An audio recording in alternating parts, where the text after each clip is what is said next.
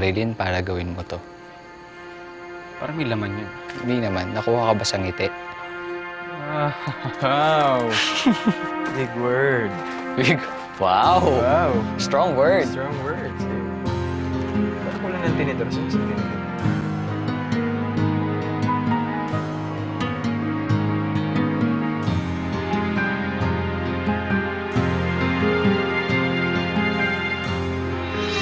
I knew it. May kipagbati na siya sa akin. Ayun naman pala eh. Bakit hindi mo pa siya nilapitan doon? Eh, syempre no, hindi ko naman pwede spoil yung surprise niya sa akin.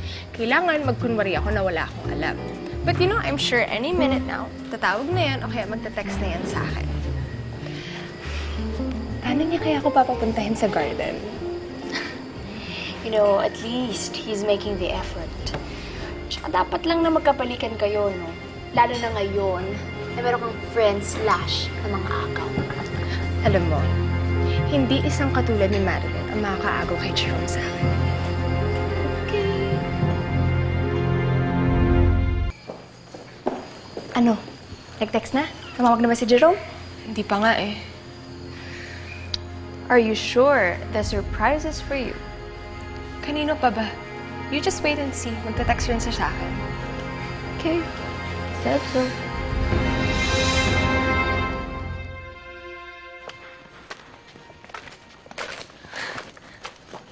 Nonoy! Sobra-sobra naman ata to. Di ba sabi ko, oo na nga, okay na tayong dalawa. Sobra-sobra to. Hindi naman talaga akong gumawa ng lahat ng to eh.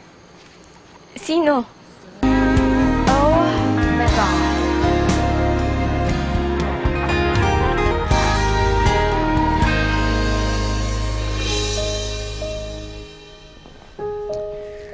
Promise, simula ngayon, hindi na kita ipapadate sa iba.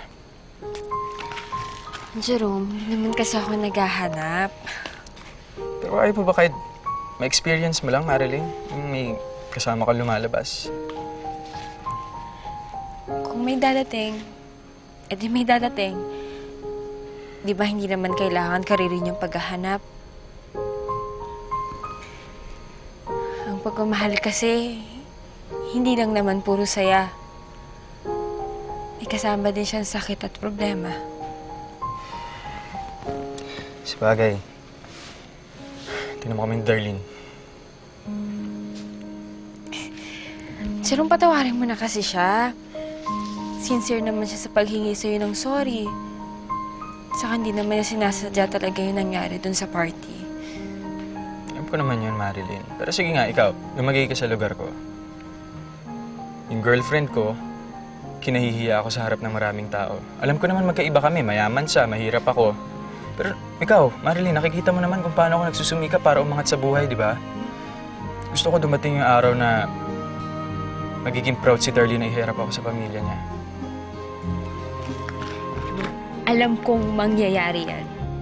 Tuwala ako sa'yo. Ikaw pa, kaya mo yan. Yan. Yan ang hindi ko nararamdaman kapag kasama ko si Darlene. Pakiramdam ko, wala siyang bilib sa akin.